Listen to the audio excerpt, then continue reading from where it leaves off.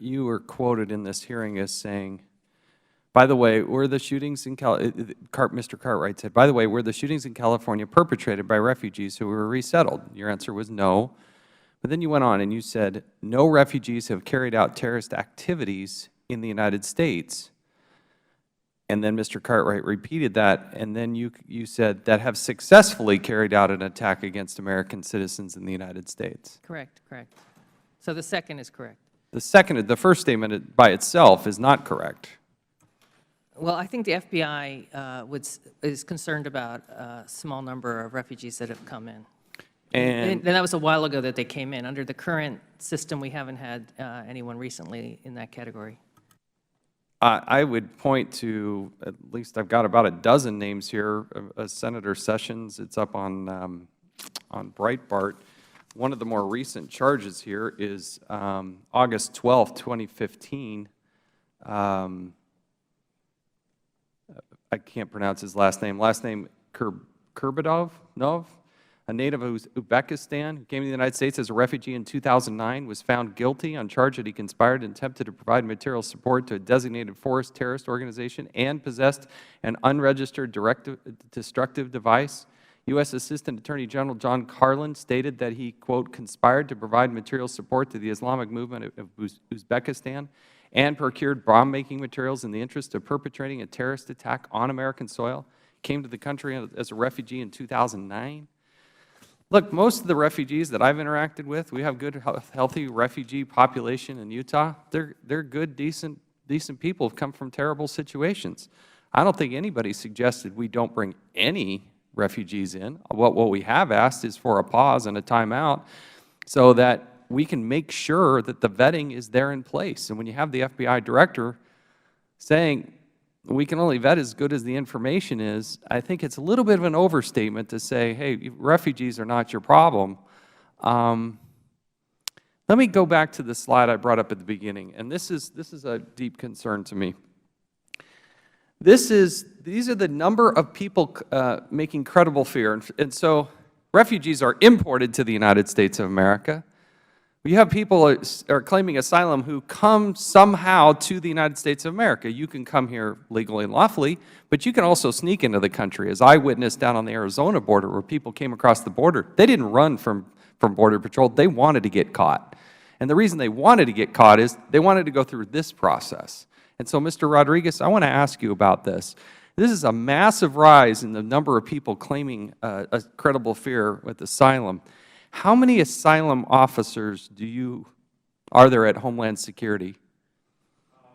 The Asylum Corps, give or take, is approximately 400 individuals. So you have 400 individuals, and in fiscal year 2014, we had 51,001 people claiming credible fear. There's been a lot from this administration about these exhaustive interviews. How much time does an officer spend interviewing and investigating somebody who claims credible fear? Well, I think in credible fear, I think it obviously varies on the case. I have observed them. They seem to be approximately an hour. I will also say that on average? Viewing them as a former, that is my understanding. As a former prosecutor, observing those interviews, they appear to me to be robust interviews by very well-trained officers. So you have one officer. I want to make sure I get the math right here. You're saying you take one officer, will take 1 hour to interview somebody. You have 400 officers, and we have over 50,000 people just in 2014 making that claim. You were looking at some notes. Go ahead. I'm sorry.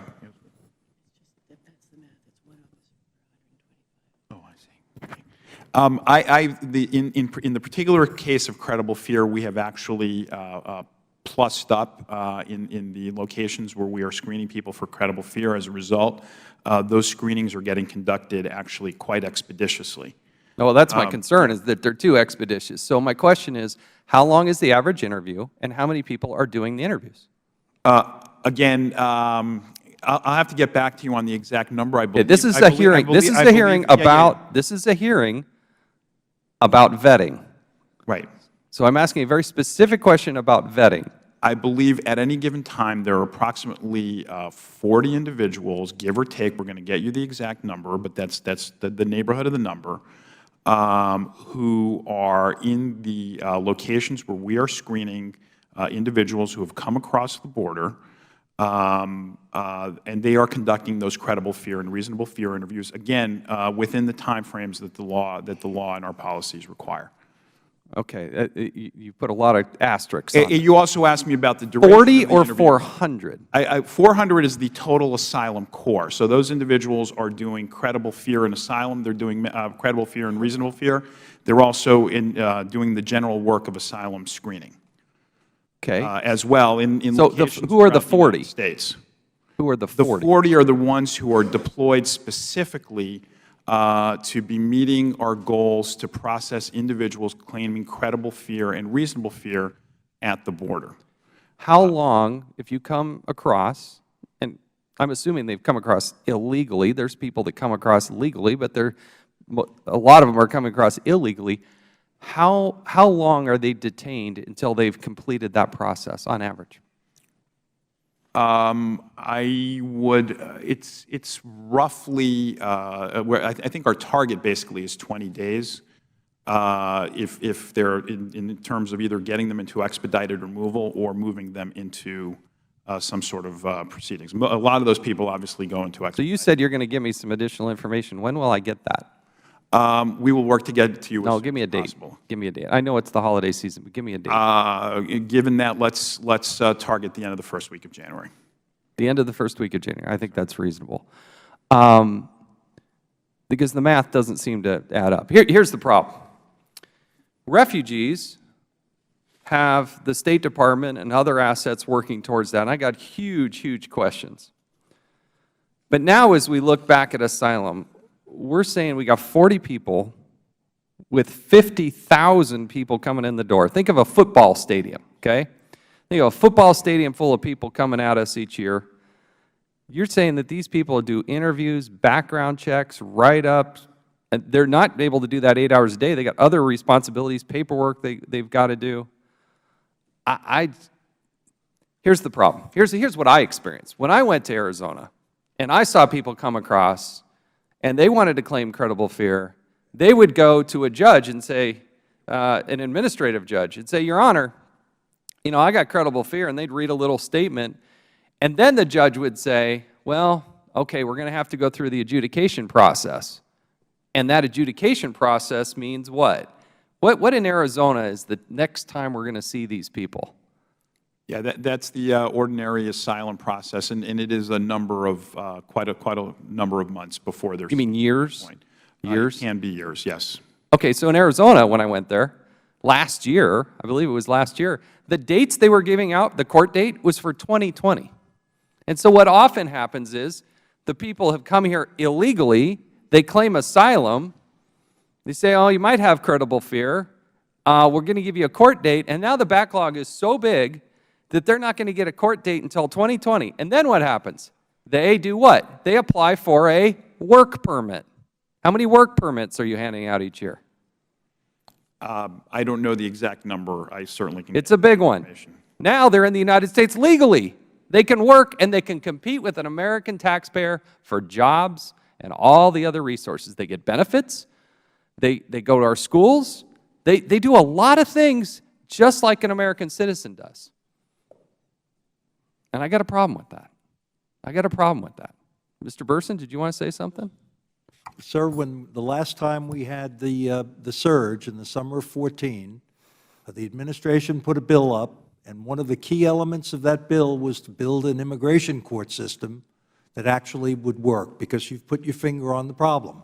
We have 243 immigration judges, and we need many more in order for an immigration process to work and produce the result either way, but to produce a result in a timely fashion. And the frustration is you got to lock down that border, and you got to get rid of the people who are here committing crimes, for goodness sake. They're here illegally committing crimes, and you all release them back out in the public. Some 60+ thousand times you did that. These are the criminal element. Don't tell me about the nice, lady who's just trying to help her family. These are people committing crimes, get caught, they get convicted, they're in your hands, and Homeland Security says, no, go back out into the community. Right? Am I wrong? Did I say anything that's wrong there? Again, to be clear, the removal priorities are that if an individual is convicted of a felony, they are a priority one for removal. Returning to our earlier conversation, that includes rape. That is a priority one priority for removal. So if they commit a rape, maybe get pled down. Am I wrong on the number two? They plead down to say sexual abuse and exploitation. That's not good enough? If the person is, if their top count of conviction is rape, which is a serious felony, then in that case they But sexual abuse is not? Sexual abuse may not necessarily be rape. So in fact, in the criminal law, but it might, right? Well, certainly as a prosecutor, I've seen people pled down to sexual abuse, if that's the point you're trying to make. So let's be clear about that. What sexual abuse actually means in the criminal law is not rape. So based on the Homeland Security Directive from Secretary Johnson, if you commit and are convicted of sexual abuse or exploitation, that is priority two. Which means that you are still a priority for removal in the You're not the top priority. You're not the top priority. If you're convicted of rape, the felony of rape, you are a top priority for removal. Let's not have people misunderstand that fact. So it can be sexual abuse. If you are convicted of rape, you are a top priority for removal. Let's not have the American people believe anything else. But let's get the list of the things that are number two. Offense of domestic violence, sexual abuse or exploitation, burglary, unlawful possession or use of a firearm, drug distribution or trafficking, driving under the influence, all of which are not the top priority of Homeland Security. Mr. Chairman, you've heard Secretary Johnson say that his top priority is national security and public safety. And with all due respect, the priority one goes to felonies, the priority two, and sexual abuse can often, short of rape, be a felony. If it's a felony, it's priority one. The priority two that you're referring to are significant misdemeanors. And frankly, as a former prosecutor, I think the felony should take precedence. It doesn't mean that we don't pay attention to it. But why not just get rid of all of them? You've got them in your possession. Because you know that when you actually allocate resources, either as a prosecutor... So it's a resource problem? Are you saying it's a resource problem? I'm saying that when you have a choice Why to be it's made, not... Why, if somebody is convicted for any crime, why are they not deported? So immediately. I mean, or serve time and then be deported. Why don't they all get deported? Why are there exceptions? So more than 90% are priority one and two removal. So I don't think it's fair to suggest those other 10%. No attention to priority two. There is. And we obviously have a policy discussion. Difference. I don't think I misunderstand. I think you understand it as well. My point is, you got people convicted. They're here illegally. They're convicted, and you let them go. If it's only 90%, yeah, that's a different issue than the priorities for enforcement. The issue of removal. Is it true or not true that during 2 fiscal years you had 66,000 people in your possession that were convicted of crimes that you released into the public? True or false? What crimes? True. Yes. Any crime? Yes. No. So well, that's you say any traffic violation, a misdemeanor. Look, are there people that are on priority one and priority two? Are there anybody in this? There are minor offenses that are misdemeanors that are not. I just listed. No, yes or no? 66,000 people over a 2-year fiscal year period that you had in your possession and that you released into the public. You did not deport them, correct? True or false? It's not just a yes or no, because you know there are requirements. It's a true or false? The answer is that there are requirements to release people under court decisions that you're aware of. So that's so screwed up about the Obama administration. You're here illegally, you commit a crime, you deport them. Get rid of them. Serve your time and get rid of them. They are a threat to public safety, they are a threat for terrorism, and they should not be released back into the public. That's what's so outrageous. Let me recognize the gentleman from Florida, Mr. DeSantis, for 5 minutes. The priorities are related.